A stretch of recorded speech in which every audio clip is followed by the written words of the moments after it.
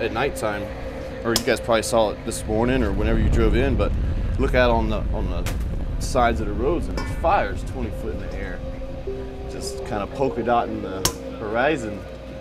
You know, it's a constant reminder of what's up here. What's up here is oil, billions of barrels of it. And that oil has enticed Floridians like Jason Roy of Tallahassee to pull up stakes and chase the boom. They said, we gotta make some corn fritters. I said, what is a corn fritter? Jason Roy from Tallahassee joined the gold rush for practical reasons. Just want to get these student loans paid off. For Jason, the payoff is real. The jobs are here and the money is good. But life in a boom town isn't easy. And anyone moving here should be prepared to feel Williston's growing pains. It can take months to get a doctor's appointment. Traffic accidents have tripled, and the lines at area businesses are almost comically long. And then the places like McDonald's and stuff, they must be doing real well because they're packed.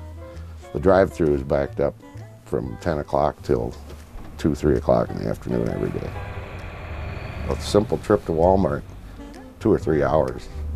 Not uncommon. Bookstore owner Chuck Wilder's family has lived in this area since Williston's earliest days. For what they've been faced with the infrastructure needs and all that, I don't know how they're doing it. Schools are struggling to keep pace. They had some teachers scheduled to come in and start this fall, and they canceled their contracts because they couldn't find an affordable place to live. Nowhere are growing pains more obvious than in the local housing market. A single bed in a shared house can cost more than a studio apartment in Manhattan. A hotel room runs $700 a week. In fact, if you plan to move to Williston, you better plan to bring your own RV. And you better have a place to park it. There are jobs, but the one thing you have to remember, there is no housing. So if you decide that you're going to come to Williston, North Dakota, be prepared to be living in fields.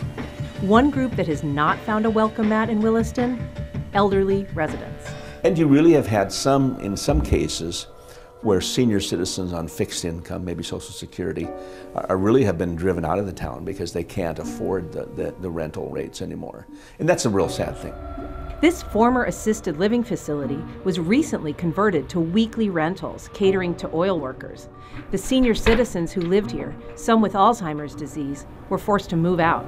It bothers me that, you know, the older generation are being kicked out of the facilities because now they're turning them into apartments so they can rent them out, and I'm just like, that's sad.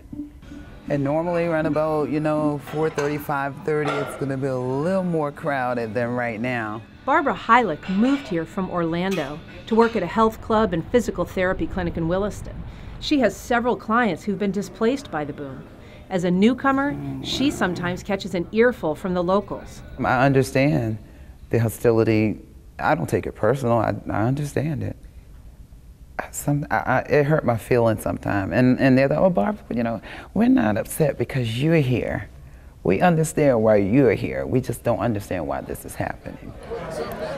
Dealing with frustrated locals is just one source of friction faced by new arrivals. I've been here for the last 27 years, and it's changed dramatically. Ken Sibley is a waiter at J. Dub's, a popular bar on the south side of town, and a place that has seen its share of fallout, good and bad, from the boom. I'll have to admit the bar fights have calmed down. I mean, usually every night there are 2 or 3 fights a night, everywhere, any bar, any restaurant. It's just... Crime is also on the rise. Although it's proportional to growth and still lower than larger North Dakota cities, it has changed the way residents feel about their city.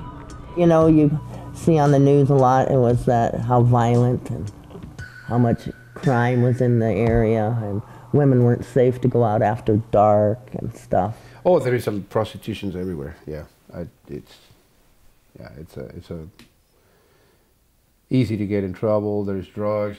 Ivan Guerra moved here from Fort Lauderdale. He runs a weekly Bible study with the oil field workers, and he hears plenty about the town's dark side. Because they know there is money. The hookers make more money here than in Vegas. Like the other Floridians we spoke to, Ivan has wrestled with the issues that affect this town. But like them, he seemed less concerned with the issue that consumes most outside observers, the boom's environmental impacts.